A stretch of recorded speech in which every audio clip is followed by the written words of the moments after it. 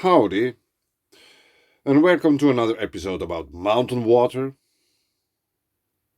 stuck noses, and wide rivers. Here's mountain talents at the bottom with its wide river. So, let's go to the Alps. And I really try to pretend that my nose is free and I don't have to sound like Donald Duck. Pits Calderas. Pits Calderas. What a beautiful name. Here we had a quake 20 hours ago in Switzerland, 1.46 kilometers in depth. So, as the name already says, it's Calderas. And I have been talking about people building houses only where is water. And they build big houses where is much water. Or fortresses, which might be churches. Here we have Pits Calderas. Can we turn it around? What we have here, what is it?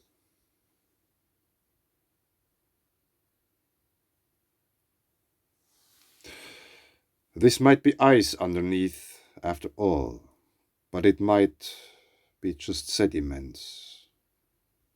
Without ice, just water and sediments.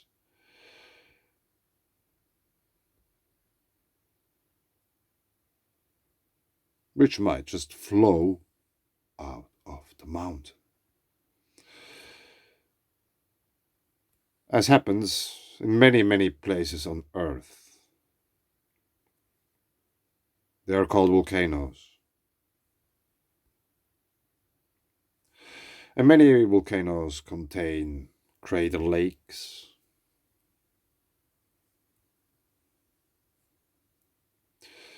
We have so many different kinds of sediments here.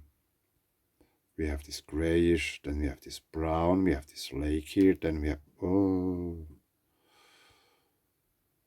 let's go back to this. Sorry for that. I hope you didn't fall off from the chair.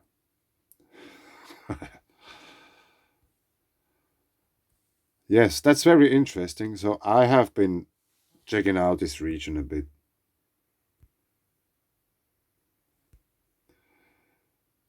This I just saw now. Ferrous sediments, is this why it is red? Is it? Ferrous occurrences in the rock. Somewhere up here, I'm not exactly sure. I think it's somewhere here. There is this kind of refugee, they are called like this, those lonely houses up in the Alps where you can take refuge from weather or from the hike.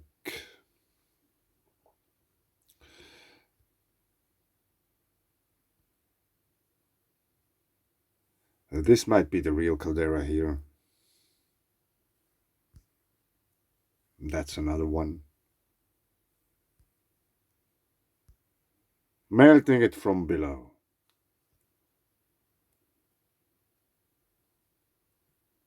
There seems to be quite much water running out of that every now and then, since it has carved out the stuff there. But let's go over to Google Earth. Geologyhub. Let's check it out. I have been talking about people building houses where there's water. It doesn't matter where on the world it is. Is it the church or not? So we are here. Pits Calderas here to the left. And this Geologyhub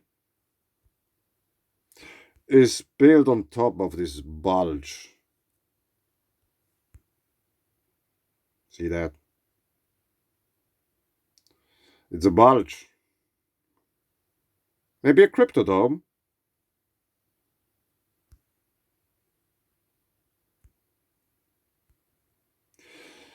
But let's have a look at that.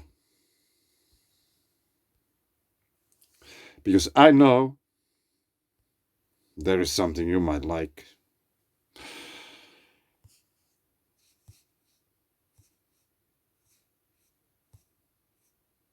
There's a lake. Check out the different colored sediments. There's quite much iron in that mountain.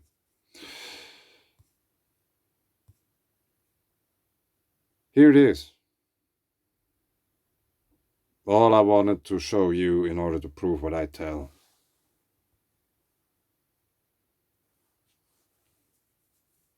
Water.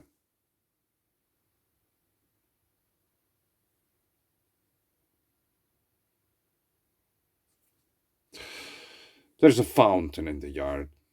Probably there is even water inside the house. One could think so.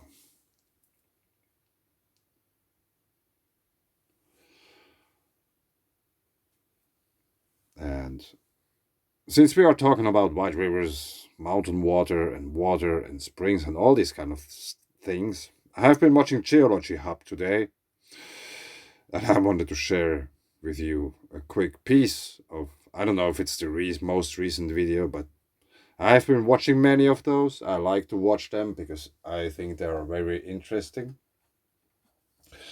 Because I find clues there all the time, like as I did today. So let's have a look at that, what he's talking about. So we are talking about, obviously, that he's talking about Mount Rainier. And let's just have a listen and a look of what he's talking. And Buckley. It does not represent a layer of ash, but rather something far more destructive, one of the world's largest recent lahars, the Osceola Lahar. Approximately 5,600 years ago, a large section of Mount Rainier collapsed, creating a debris flow which mixed with volcanic products from an ongoing eruption. This massive material was So now I will put pause here because he's going to draw over. White River, White River, White River. Let's continue. subsequently funneled into a series of river channels, overtopping their sides with a wall of mud and superheated rock up to The White 200 River. feet in height. This lahar would go on to cover 220 square miles or 550 square kilometers. Yes. I will put a link below to his video. Watch the whole video in order to get a full picture of the video. I just showed you a really brief section of that.